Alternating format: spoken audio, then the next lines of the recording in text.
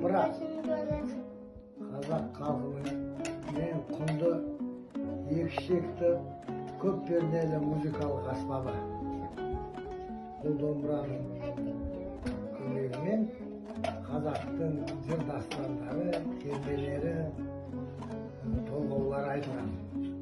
Және де күй жазған. Бабамыздың мұңысын сен домбыра, анамыздың сырысын сен домбыра, қазағымның жүрегінен жаралған даламыздың үнісін сен домбыра деп тегін айтпаған. Қасиетті қара домбыра әр шаңырақтың төрінде үніп тұру керек. Мынау асық. Асықтың енді түр-түрі болады.